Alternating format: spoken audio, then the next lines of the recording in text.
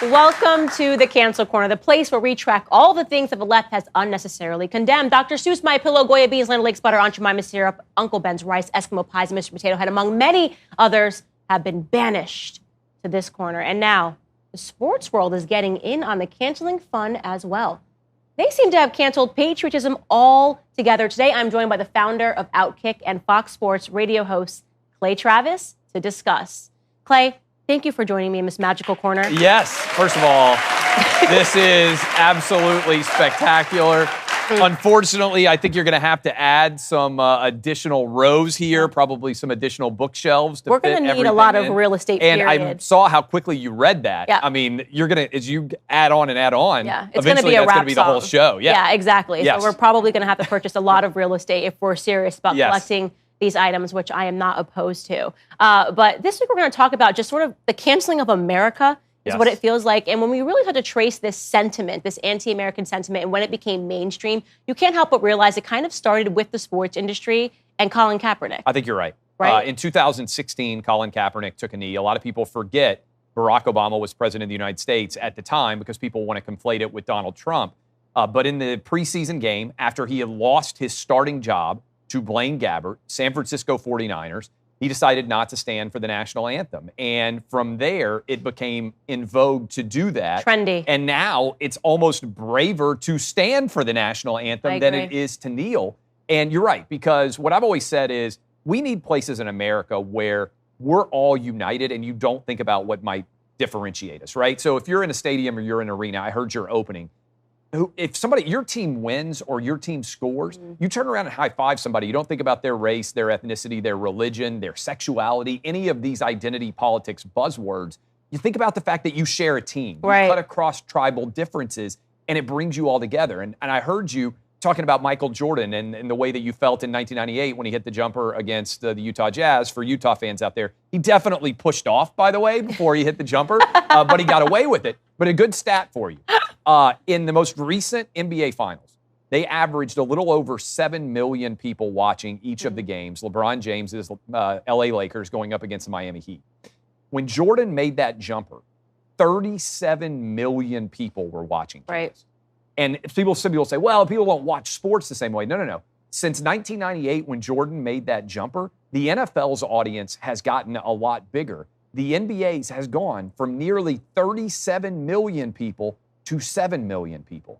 Where did those 30 million people go, particularly when you consider the United States population has increased by 50 million since then? And I'll tell you, they were called racist and they were called white supremacists, and a lot of people just got sick of it and said, you know what, this no longer makes me feel good, so why am I giving my money? Moment anymore. Right. It doesn't make you turn off. You just want to turn off politics. You want to turn off the weekly stress, and they can no longer do that. And the argument that you hear on the left is that, okay, well, you know what, Colin Kaepernick is just expressing himself, and this is how the flag makes him feel, and that should be okay. But you realize that argument kind of falls flat, because when people express themselves in the opposite direction, case in point, Drew Brees, when he made a very sound argument for standing for the national anthem, it didn't garner the same reaction. So let's actually watch the clip of what Drew Brees said that was so controversial. I will never agree with anybody disrespecting the flag of the United States of America or our country. Let me just tell you what I see or what I feel when the national anthem is played and when I look at the flag of the United States. I envision my two grandfathers who fought for this country during World War II. One in the Army and one in the Marine Corps, both risking their lives to protect our country and to try to make our country and this world a better place.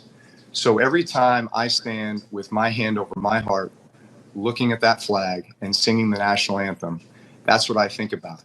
And in many cases, it brings me to tears, thinking about all that has been sacrificed, not just those in the military, but for that matter, those throughout the civil rights movements of the 60s, and everyone and all that has been endured by so many people up until this point.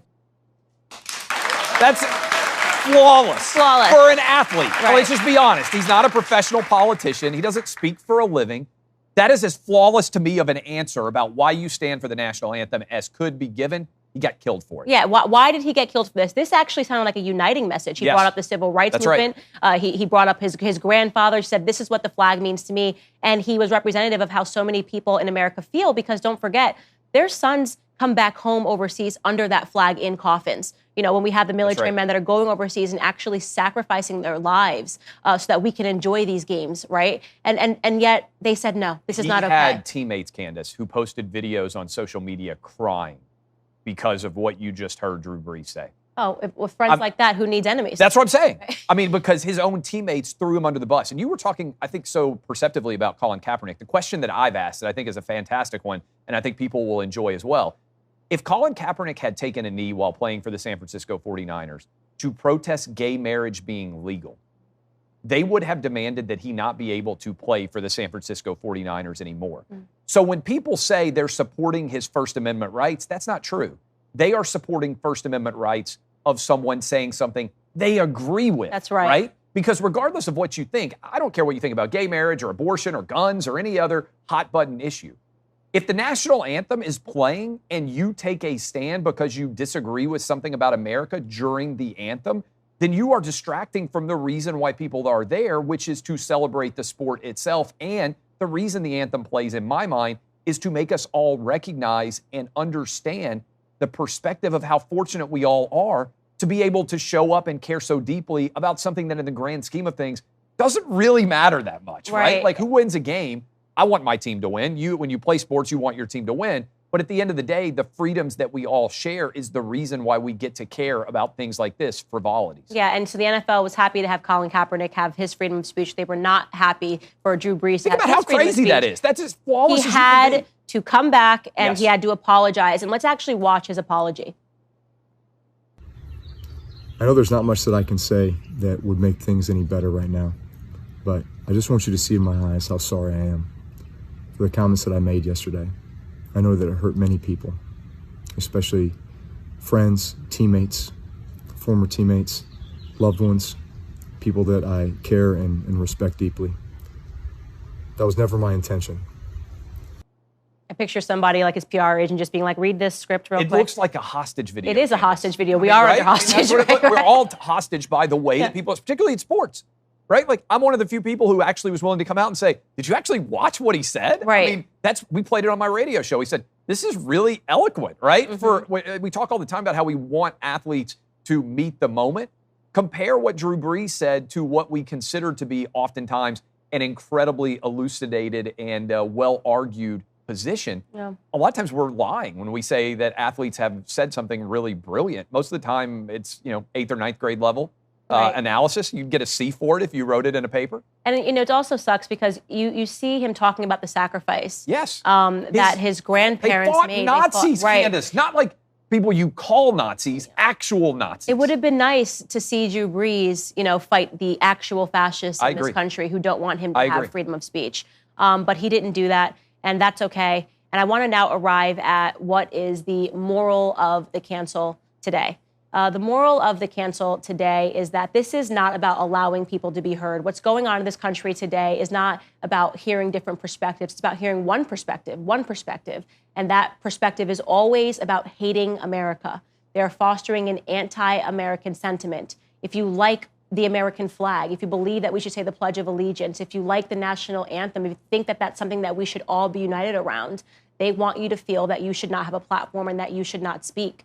I'm glad that Drew Brees brought up his grandparents. I often think about the generation that ended World War II. And one of the most astonishing stories for me personally is hearing the story of D-Day. Many people don't know this, but those people that were crossing the English Channel, it was just bad luck that America stormed the beaches of Omaha. It was just bad luck that was the beach that so many people got slaughtered. But what people don't know is that the average age of those soldiers who landed on that beach was 22 years old. While they were crossing the channel, it was incredibly choppy. I watched this in a documentary. It was incredibly choppy, and a lot of them were crying and saying that they wish that they could go home to their mothers because it was making them so nauseous, and they realized that they had really kind of signed themselves up for certain death. And yet they went there and they fought and they gave their lives and they gave true sacrifice to this country so that we can enjoy these freedoms. So the question that I like to ask people in America is, how difficult is it for us to also make sacrifices? it's really easy to just speak out, right? To say this is wrong and I'm not going to back down to the online mob.